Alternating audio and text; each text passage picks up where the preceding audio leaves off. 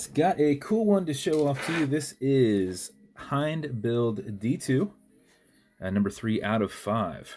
So if you follow my Hind D builds, I did 4 different dials. Okay, Google, volume at 8%. This is D2.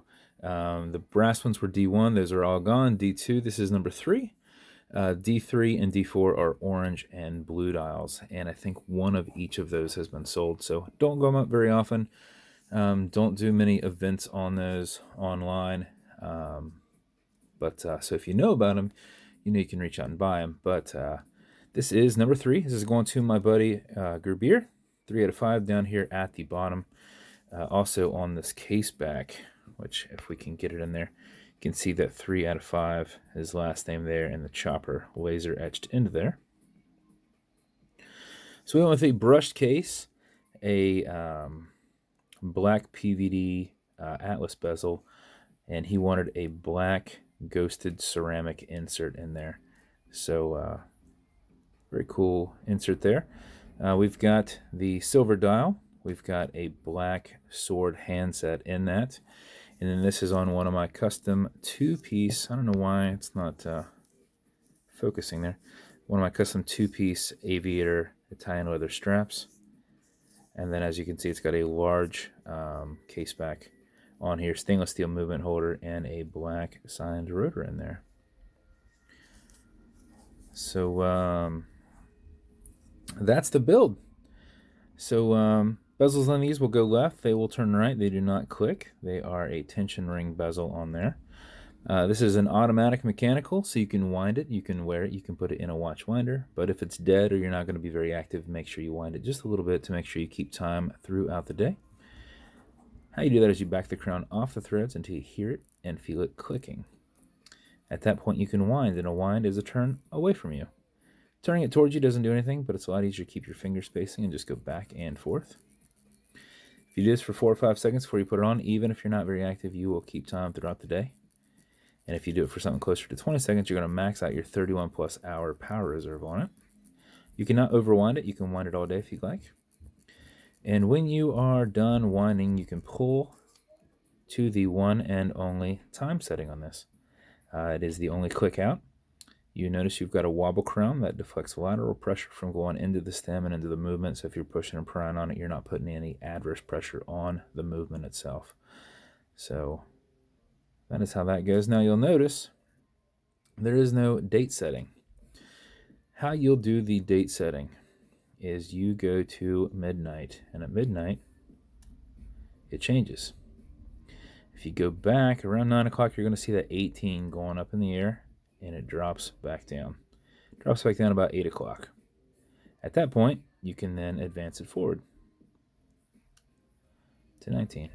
Then you just go back and forward. And a pro tip, if you're ever doing this and you notice that it didn't advance a day forward, go ahead and do 24-hour forward, then go back to doing it. If that date wheel slightly kicks off to the side, I've found that doing that 24 will advance it. If you do it again, you will completely knock it off there, and it will need fully serviced. So, doesn't happen very often, but this is how I do it.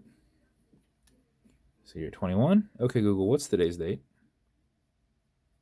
It's Saturday, January 29th, 2022. All right. So you can see, actually it doesn't take too long to do this, especially if you're keeping up with it. And these days we just go watch to watch. You might wear one watch one day, you might not wear it again for a week or 3. So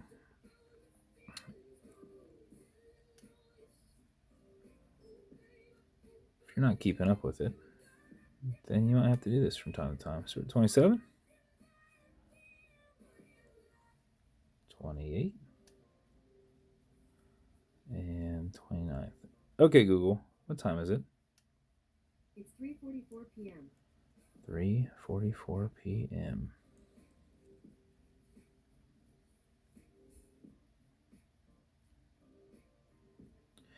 When you're good, take it out of that time setting, tap it over, and then screw it down. Also, you've got a star engraved on the clasp, which goes with the 12 o'clock. So, another side note, in case you haven't seen the other Hind D builds, my little BVW is in the back of the chopper up there.